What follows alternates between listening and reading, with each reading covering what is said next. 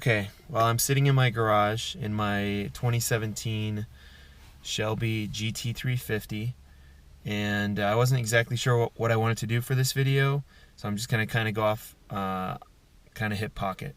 So I'm going to start the car, kind of go over some of the features of the car. You're going to get to hear the exhaust when it starts, and it's interesting because when the car starts, it'll just scream at you when it first starts. Most people know it has dual exhaust mode with, it's got quad tips, and the way the dual exhaust mode works is it basically closes off two of those tips, so you're only getting exhaust out of two to quiet it down.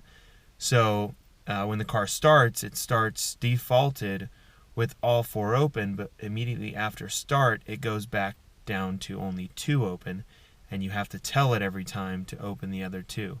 And that is done with this switch right here. You can see it's got a little exhaust logo there. Then this is the launch control switch. This is your traction control and advanced track switch. And then obviously, here's your hazards and your start button.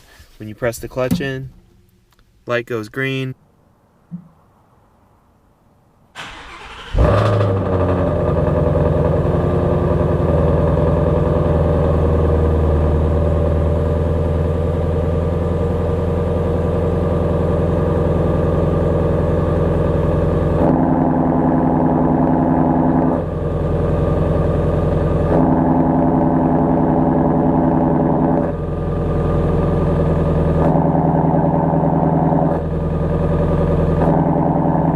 Of course, I always drive it around with the car in sport mode with the exhaust open. It just sounds so much better. It's too quiet for me when it's in the quiet mode. Some other cool features about the car is it has Apple CarPlay, which is pretty cool. It's got the same style screen that's on your iPhone, so it's not the pressure screen. It's just you touch anywhere with the lightest of touch, and you can scroll through. You can make all your apps appear on here.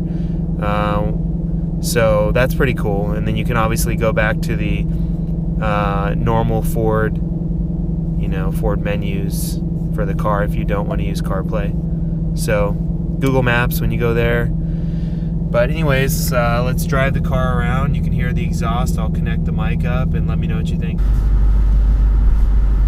Okay, I'm just leaving my house. Just kind of talking about the car a little bit. One of the things that has surprised me is how low the front splitter is to the ground on this car. So, on my previous car, my Boss 302, I had it lowered, and I thought the splitter was low on that car, but because this splitter sticks out further, it's actually more of a pain in the ass than the Boss, splitter was, and that car was just slammed about as low as you could go. So I don't necessarily scrape underneath the car. Going over speed bumps, no big deal, but going in and out of driveways is a big pain in the ass, so you have to take it at an angle and just kind of be careful. As you can see right now, you probably see the steering wheel dancing around a little bit. It's in track mode, so it's set super stiff right now, probably bouncing around a lot. So I'll put it back in normal, and then it's like a totally different car. Soaks up all the bumps. It doesn't have any, it doesn't bounce around at all. It's nice and smooth. It also makes it so that the steering wheel doesn't tramline as much. The front tires don't follow the road as much, which is interesting, but it'll track straight. But when it's in track mode, it's just wants to move all over the place. So anyways, yeah, launching this car is amazing. The launch controls is cool too. It's so much more sophisticated than the launch control was in my Boss 302. It doesn't just cut the throttle out when your tires start to spin. It kind of feathers the throttle and still allows you a little bit of wheel slip so you can get a good launch. So anyways, you guys would probably rather listen to the car's exhaust note than hear me sit up here yapping. Some other really cool features about this car, what really I love about this car so much, is it's track ready out of the box, and it gives you a lot of stuff, a lot of technology that is nice to have on the track. For example, if you go into the gauge mode settings on this LCD display here in the center cluster, you can have anything from your air-fuel ratio, your differential oil temperatures, your cylinder head temperatures, inlet air temps, engine oil temps, transmission oil temps. It also gives you the voltage. It'll also give you individual tire pressures for each wheel, which is nice, and it's really accurate. I've checked it against nice tire pressure gauges. The other cool part is about these gauges, engine oil temp. If I want to know what the limits are, it actually, it'll show a digital or analog gauge, whatever I want to see, and it'll show me, 300 degrees Celsius, or excuse me, Fahrenheit, is, the limit where the car is going to go into limp mode if the oil gets too hot. I've done 30-minute track sessions in this car. The hottest the oil's ever gotten is 260, and it just kind of hits 260, 261, and it hangs out there. So that's nice to have. I know a lot of people that bought these cars and didn't get the track pack with them for 2017, and newer cars it's standard, but the cars with the track pack have no temperature issues.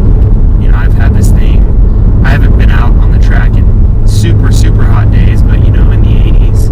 I haven't been out there with the temps in the 90s or 100, but I don't think I'd want to track the car if it was that hot anyways, because you got to keep your windows down, no air conditioning.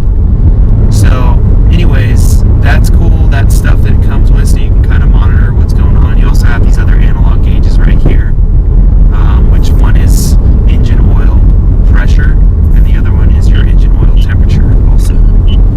So I'm on a really crappy road right now on a military base. So the next stuff that it gives you is you have your track apps, right? You can set your launch control, turn it on, set the RPM, set the shift light indicator. Your exhaust mode, obviously, you can do in the center cluster, or you can do it right here. The accelerometer, which is kind of cool, shows you, your max G's that you've pulled in the car. With me, my max G's I've pulled is about 1.26 G's laterally, and also in braking, and then about 0.75 for acceleration. So that's cool. You can also do acceleration timers, 0 to 60, 0 to 30, 0 to 100, quarter mile, eighth mile times. It'll record those and start it automatically if you want, or you can have it count down for you. It's got a lap timer. That's pretty cool. It'll give you your lap time, your average speed. It'll also count the laps for you and give you a split time.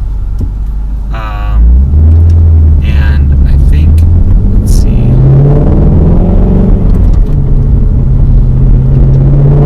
That starts it. So as I'm doing my lap, I just have to tap the OK button, as I go from one lap to the next. So that's pretty cool. Next thing, it also does brake performance, 60 to 0, 100 to 0. Okay, what else? We can stay on the road and drive at the same time. It has the line lock feature too, which is, it locks the front tire, so you can do a burnout. I'll never do that in this car because I'm not rich and I don't want to burn up a set of $1,600 tires. So, yeah, it's also got some other driver assist, hill start assist. What else? There's a lot of cool stuff that this car has. Cool technology, like I talked about the Apple CarPlay, which is really cool. So yeah, things I don't like so much about the car. I already talked about the wheels. I wish they were not so heavy. I also wish that Ford would have, from the factory, put a one-piece drive shaft in here. You can drop 20 pounds of rotating mass off the car just by putting an aluminum drive shaft on this car. I did that on my Boss 302, made a huge difference. And the cool part about this car is it's got independent rear suspension, so you don't have to worry about a dynamic pinion